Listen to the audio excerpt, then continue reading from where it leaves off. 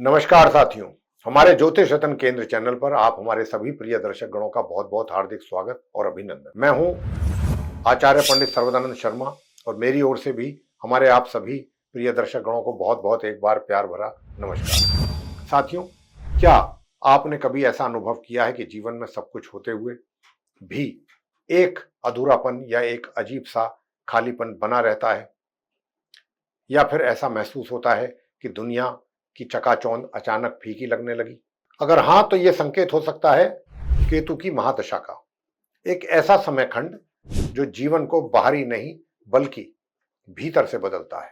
इस वीडियो में हम विस्तार से चर्चा करेंगे कि केतु की महादशा आखिर क्या होती है, यह हमारे जीवन को किस प्रकार प्रभावित करती है, इसके शुभ और अशुभ प्रभाव क्या होते हैं, अन्य ग्रहों की अंतर्दशाओं में केतु की चाल कैसी रहती है और सबसे अहम कौन से उपाय इस रहस्यमय ग्रह के प्रभाव को नियंत्रित कर सकते हैं।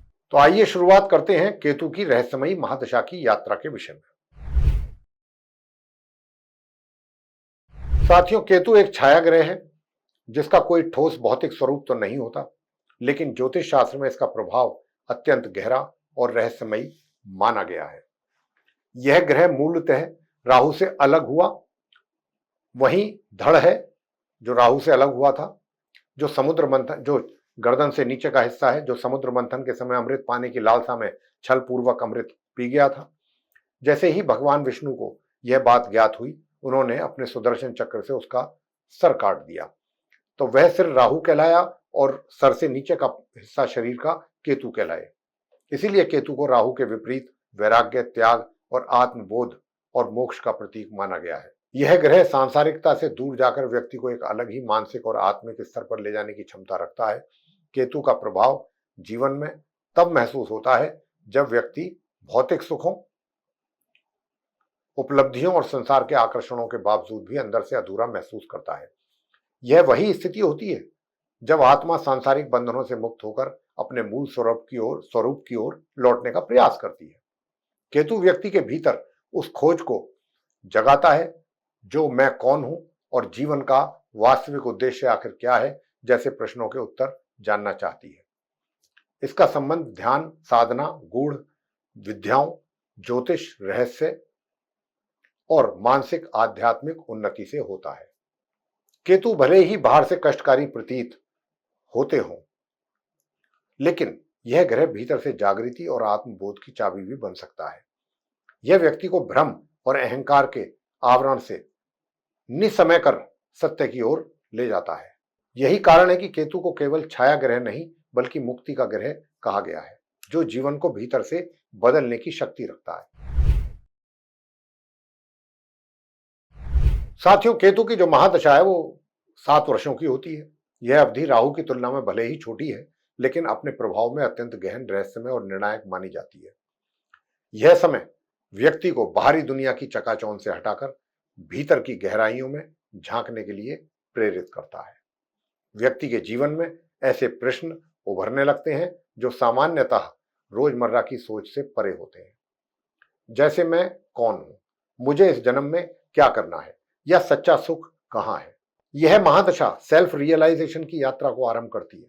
यदि केतु कुंडली में शुभ भाव में स्थित हो, जैसे त्रिकोण या केंद्र भावों में, और गुरु जैसे शुभ ग्रहों की दृष्टि या युति से प्रभावित हो, तो यह समय व्यक्ति के लिए गहन ध्यान, योग, तपस्या और आत्मिक शांति लेकर आता है। व्यक्ति अपने भीतर छिपे ज्ञान के स्रोत से जुड़ने लगता है और सांसारिक मोह माया से ऊपर उठने की प्रक्रिया सहज रूप से शुरू होती है। ऐसी स्थिति में यह महादशा व्यक्ति को आध्यात्मिक ऊंचाइयों तक पहुंचा सकती है। वहीं यदि केतु अशुभ भावों में स्थित हो, जैसे अष्टम, द्वादश या छठे भाव में, और शनि, राहु या मंगल जैसे पाप ग्रहों से पीड़ित हो,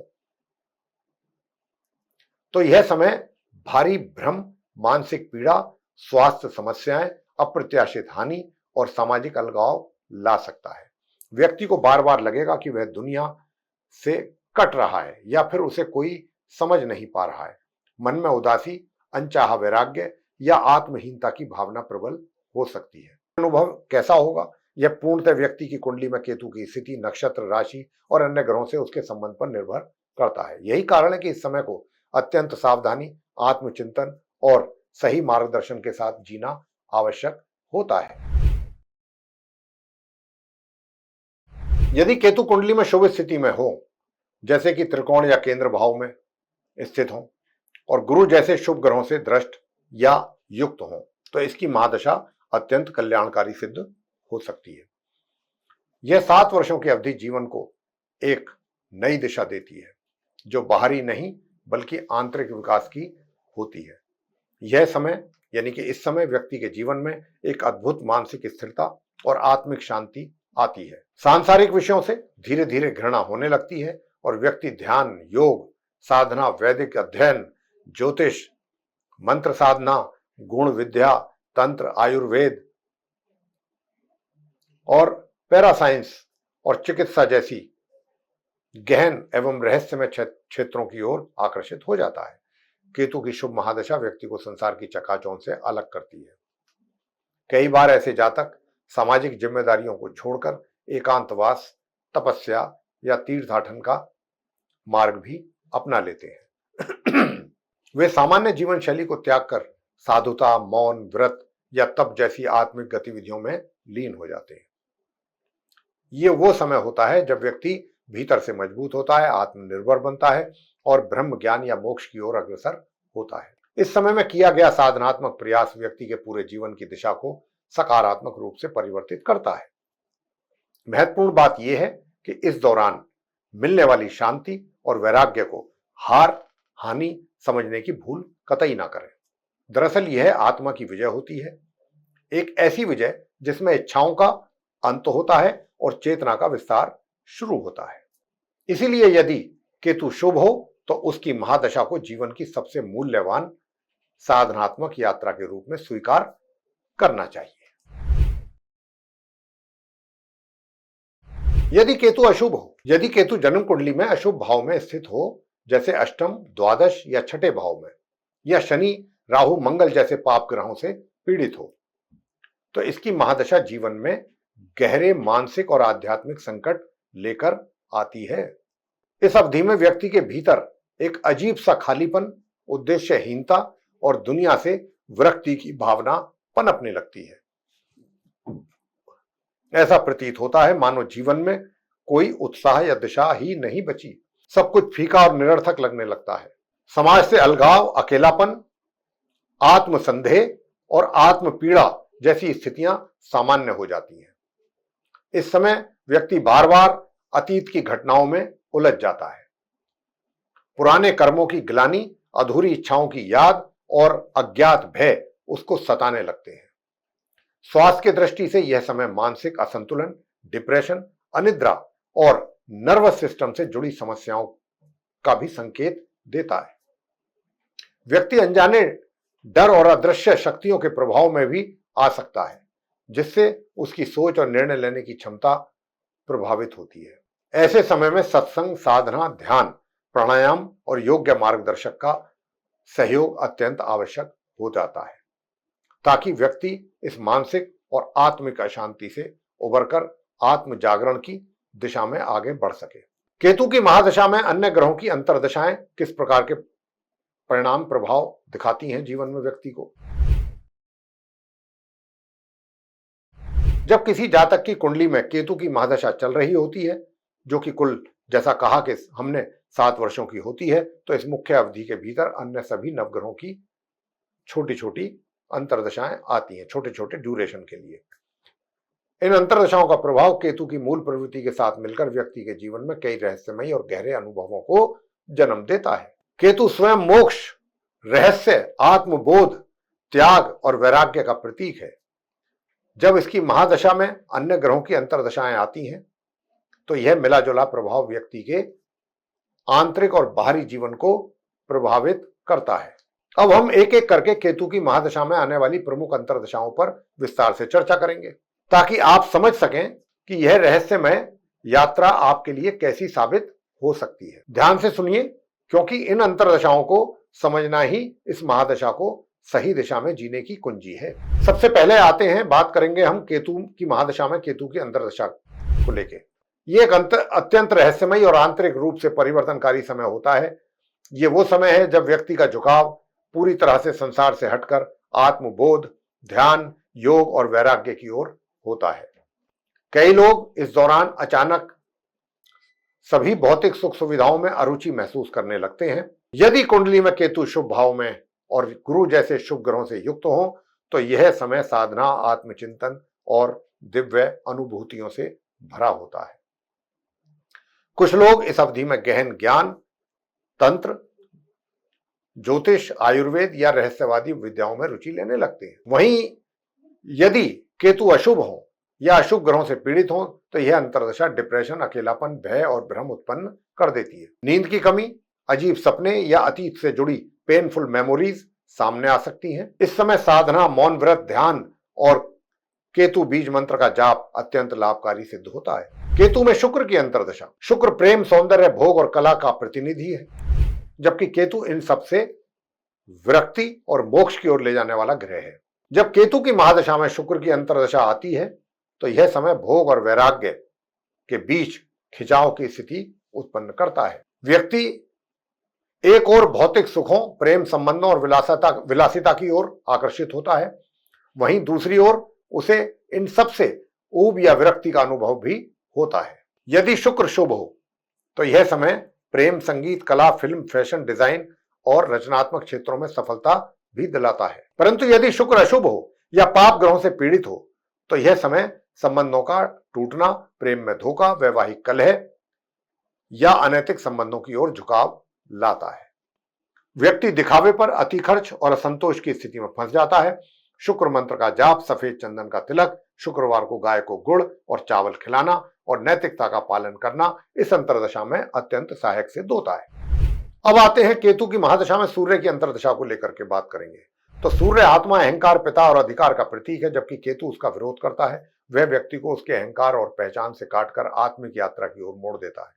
जब केतु की महादशा में सूर्य की अंतर्दशा आती है तो यह समय आत्म संघर्ष, पहचान का द्वंद्व और पिता या उच्च अधिकारियों से टकराव का हो सकता है। यदि सूर्य शुभ स्थिति में हो तो यह समय नेतृत्व क्षमता, आत्मचिंतन, आत्मविश्वास और सम्मान प्राप्ति का कारण बन सकता है। व्यक्ति समाज में अपनी एक अलग पहचान बना सकता है, विशेषकर किसी आध्यात्मिक या सामाजिक कार्य के माध्यम से। लेकिन यदि सूर्य अशुभ हो तो यह समय अहंकार की टकराहट, पितृदोष, सरकारी कार्यों में अड़चने, अपमान या प्रतिष्ठा में गिरावट ला सकता है। व्यक्ति को लग सकता है कि उसकी पहचान धुंधली हो रही है और वह दिशाहीन हो चुका है। इस दौरान आदित्य हृदय स्तोत्र का पाठ, सूर्य को अर्घ्य देना और पिता या गुरुओं का सम्मान करना लाभ देता है। अब आते हैं केतु में चंद्रमा की अंतर्दशा को लेकर के। केतु की महादशा में चंद्रमा की अंतर्दशा जब आती है तो केतु और चंद्रमा दोनों ही मन और भावनाओं से जुड़े हुए ग्रह हैं, परंतु इनकी प्रकृति थोड़ा विपरीत है। चंद्रमा कोमलता, संवेदनशीलता और भावनात्मक स्थिरता का प्रतीक है, जबकि केतु विरक्ति, रहस्य और अंदर की बेचैनी का कारक है। जब केतु की महादशा में चंद्रमा की अंतर्दशा आती है तो व्यक्ति के मन में अस्थिरता, अज्ञात भय और भावनात्मक द्वंद्व की स्थिति बनी रहती है। इस दौरान व्यक्ति अत्यधिक भावुक होता है, नींद में खलल, अजीब सपने या मानसिक भ्रम जैसी स्थितियां उत्पन्न होती हैं। विशेषकर यदि चंद्रमा अशुभ स्थिति में हो तो यह समय डिप्रेशन, चिंता, माता से मतभेद या पारिवारिक तनाव का कारण बनता है। यदि चंद्रमा शुभ भाव में हो तो यह समय आत्मविश्लेषण और आध्यात्मिक भावनाओं की गहराई का समय बनता है। ध्यान और मौन से व्यक्ति अपनी भावनात्मक अस्थिरता को नियंत्रित कर सकता है। इस समय माता का आशीर्वाद लेना, चंद्रमा मंत्र का जाप करना और सोमवार के दिन सफेद वस्त्र या चावल का दान करना लाभकारी होता है। आगे बात करते हैं केतु की महादशा में मंगल की अंतर्दशा के परिणामों के विषय में। तो केतु और मंगल दोनों ही उग्र, तीव्र और क्रियाशील ग्रह माने गए हैं। जब इन दोनों का प्रभाव एक साथ आता है तो व्यक्ति के भीतर अत्यधिक ऊर्जा, क्रोध और जल्दी निर्णय लेने की प्रवृत्ति बढ़ती है। यह समय बहुत अधिक एक्टिव भी बना सकता है और विस्फोटक भी। यदि मंगल कुंडली में शुभ है तो यह समय साहस, पराक्रम, खेलकूद, सेना, पुलिस, मेडिकल या इंजीनियरिंग जैसे क्षेत्रों में सफलता भी दिलाता है। व्यक्ति जोखिम लेने में सक्षम होता है और कार्यों में तेजी भी आती है। परंतु यदि मंगल अशुभ हो तो यह अंतर्दशा दुर्घटना, शारीरिक चोट, अचानक विवाद, कोर्ट कचहरी, क्रोध और क्रोध की वजह से नुकसान का कारण भी बनती है। केतु की अस्पष्टता और मंगल की तीव्रता मिलकर व्यक्ति को भ्रमित निर्णयों की ओर धकेल देते हैं। इस दौरान संयम, अनुशासन और शरीर, मन दोनों पर नियंत्रण जरूरी होता है। मंगलवार को हनुमान जी की उपासना, लाल वस्त्रों का दान और भोग लगाना लाभकारी होता है। जब केतु में राहु की अंतर्दशा आती है, केतु की महादशा में, तब किस प्रकार के परिणामों की संभावना बनती है? केतु और राहु दोनों ही छाया ग्रह हैं। इनका कोई भौतिक अस्तित्व तो है नहीं, लेकिन इनका मानसिक, आध्यात्मिक और जीवन पर्यंत प्रभाव अत्यंत गहरा रहता है, बना रहता है। जब केतु की महादशा में राहु की अंतर्दशा आती है तो यह समय अत्यधिक रहस्यमयी, भ्रमपूर्ण और आंतरिक रूप से हिला देने वाला साबित होता है। केतु विरक्ति और मोक्ष का प्रतीक है, जबकि राहु भोग, माया और लालच का। इन दोनों के विपरीत स्वभाव के कारण इस अंतर्दशा में व्यक्ति भीतर से खिंचाव और असंतुलन का अनुभव करता है। मन दो दिशाओं में बढ़ जाता है, एक ओर आत्मा की शांति की खोज और दूसरी ओर भौतिक आकांक्षाओं की तीव्रता। यह समय अचानक घटनाओं, पुराने रिश्तों के टूटने, गहरे डर, रहस्यमय अनुभवों या मानसिक भ्रम का कारण बनता है। कई बार व्यक्ति को ऐसा लगने लगता है जैसे वह एक ऐसे रास्ते पर चल रहा है जहां ना कोई उसके लिए लक्ष्य है, कोई लक्ष्य भी स्पष्ट नहीं है और ना कोई दिशा स्पष्ट है। भ्रम, व्यसन, मानसिक थकावट और समाज से दूरी की प्रवृत्ति प्रबल रहती है। यदि कुंडली में राहु और केतु शुभ स्थिति में हो तो यह समय आध्यात्मिक जागरण, ध्यान, साधना और आत्म साक्षात्कार के लिए द्वार खोलता है। लेकिन अशुभ दशा में यह समय गंभीर मानसिक उलझनों और जीवन में भ्रम की स्थिति पैदा करता है। इस दौरान ध्यान और मौन साधना, गुरु मार्गदर्शन और दोनों ग्रहों के मंत्रों का जाप, विशेष रूप से ओम स्त्राम स्त्रीम स्त्रोम सह केतवे नमः और ओम भ्राम भ्रीम ब्रह्म सह राहवे नमः, इन मंत्रों का लाभ देता है जाप करना। यह अंतर्दशा व्यक्ति को तोड़ती है ताकि वह नए रूप में खुद को फिर से पहचान सके। अब आते हैं केतु की महादशा में गुरु बृहस्पति की अंतर्दशा के परिणामों को लेकर के। केतु और गुरु का संबंध आध्यात्मिकता और ज्ञान से जुड़ा है, लेकिन इनकी प्रकृति अलग होती है। गुरु जहां विस्तार, नैतिकता और धार्मिकता का प्रतीक है, वहीं केतु संकोचन, वैराग्य और आत्मिक कटाव दर्शाता है। जब केतु की महादशा में गुरु की अंतर्दशा आती है तो व्यक्ति का झुकाव शास्त्रीय ज्ञान, वेदांत, उपनिषद और धर्म की ओर गहराई से बढ़ता है। यह समय व्यक्ति को सच्चे गुरु की तलाश की ओर प्रेरित करता है। यदि गुरु शुभ हो तो यह अंतर्दशा ज्ञान दिशा और आध्यात्मिक उन्नति लेकर आती है। व्यक्ति को उच्च शिक्षा, सत्संग, धार्मिक यात्राएं या आत्मबोध की प्राप्ति भी कराती है। परंतु यदि गुरु अशुभ हो या केतु से पीड़ित हो तो यह समय नकली गुरुओं, पाखंडियों या भ्रमित धार्मिक विचारों में फंसाने वाला भी हो सकता है। व्यक्ति सही और गलत की पहचान नहीं कर पाता है।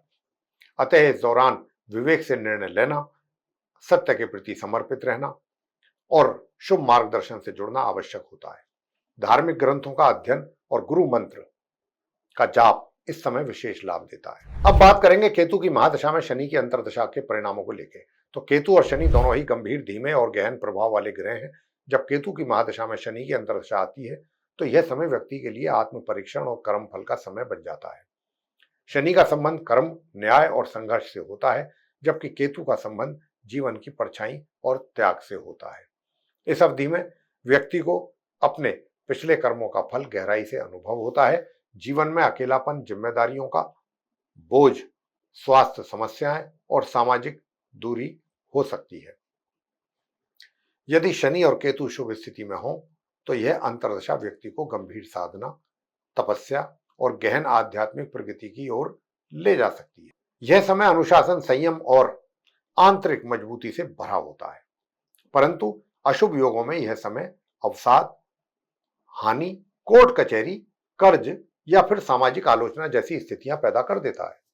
व्यक्ति को लगता है कि जैसे सब कुछ थम सा गया है और समय हाथ से फिसलता जा रहा है। इस समय न्यायप्रिय और कर्मशील रहना, शनिदेव और भैरव की आराधना करना और संयमित जीवन जीना अत्यंत लाभकारी रहता है। अब बात करेंगे अंत में केतु की महादशा में बुध की अंतर्दशा को लेकर।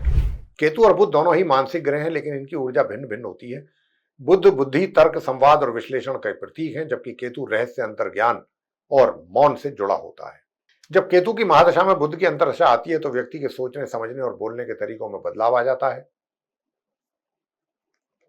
यह समय मानसिक रूप से तीव्र बनाता है, लेकिन साथ ही भ्रमित भी।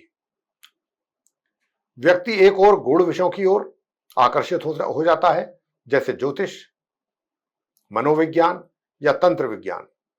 वहीं दूसरी ओर मानसिक उलझनों, डिप्रेशन या डिसीजन मेकिंग में समस्या भी आ सकती है। यदि बुध शुभ स्थिति में हो तो यह अंतर्दशा लेखन, रिसर्च, इन्वेस्टिगेशन, कैलकुलेशन और संवाद कला में सफलता देती है। व्यक्ति को तकनीकी क्षेत्रों या शिक्षा में लाभ मिलता है। लेकिन अगर बुध अशुभ हो तो यह समय झूठ, चालाकी, संचार में गड़बड़ी, अफवाहों और मानसिक अस्थिरता का कारण भी बनते हैं। रिश्तों में गलतफहमियां, वाणी की कटुता और भ्रम पैदा हो सकते हैं। इस समय ध्यान, मौन साधना और बुद्ध मंत्र का जाप विशेष लाभकारी रहता है। साथियों, केतु की महादशा को केवल एक ग्रह की दशा मानकर नहीं देखना चाहिए, बल्कि उसे जीवन के संपूर्ण कार्मिक सिस्टम और आत्मिक यात्रा के हिस्से के रूप में समझना आवश्यक होता है। इसीलिए यदि व्यक्ति इन अंतर्दशाओं के प्रभाव को सही समय पर समझ ले और उनके संकेतों को गंभीरता से ले तो वह इन जटिल परिस्थितियों से बाहर निकलने का मार्ग भी खोज लेता है। केतु की महादशा में आपको कैसे सावधान और सचेत रहना जरूरी है। केतु की महादशा एक ऐसा समय रहता है कि जब जीवन की चकाचौंध और भौतिक आकर्षण धीरे धीरे फीके पड़ने लगते हैं। यह समय व्यक्ति को दुनिया से हटा करके आत्मा की ओर ले जाने वाला रहता है। ऐसे समय में सबसे जरूरी होता है कि अहंकार का त्याग करें, क्योंकि केतु अहंकार को तोड़ता है और आत्मबोध की ओर ले जाता है। जीवन में जो कुछ भी हमने मेरा कहकर जमा किया है वह सब केतु के प्रभाव में छूट सकता है, और यदि हम इसमें लिपटे रहे तो पीड़ा ही मिलेगी। इसीलिए आवश्यक है कि हम वैराग्य को स्वीकार करें और भीतर की ओर यात्रा शुरू करें। यह समय साधना, ध्यान, मौन, आत्मनिरीक्षण और सत्संग का है। केतु हमें स्थूल जगत से हटाकर सूक्ष्म सत्य की ओर मोड़ता है। ऐसे में ध्यान, योग और शास्त्रों का अध्ययन ही जीवन की दिशा को स्पष्ट कर सकते हैं। यदि इस अवधि में आपके भीतर एकांत की इच्छा जगे, सामाजिकता से दूरी बनने लगे या लोग समझ न पाए तो घबराएं नहीं। यह केतु की स्वाभाविक चाल है। जो लोग इस समय का सदुपयोग आत्मिक विकास में करते हैं वे जीवन की गहराइयों को समझने लगते हैं और एक नई चेतना का अनुभव करते हैं। इसीलिए इस महादशा में सजग रहना केवल जरूरी नहीं बल्कि आत्मविकास का श्रेष्ठ अवसर है।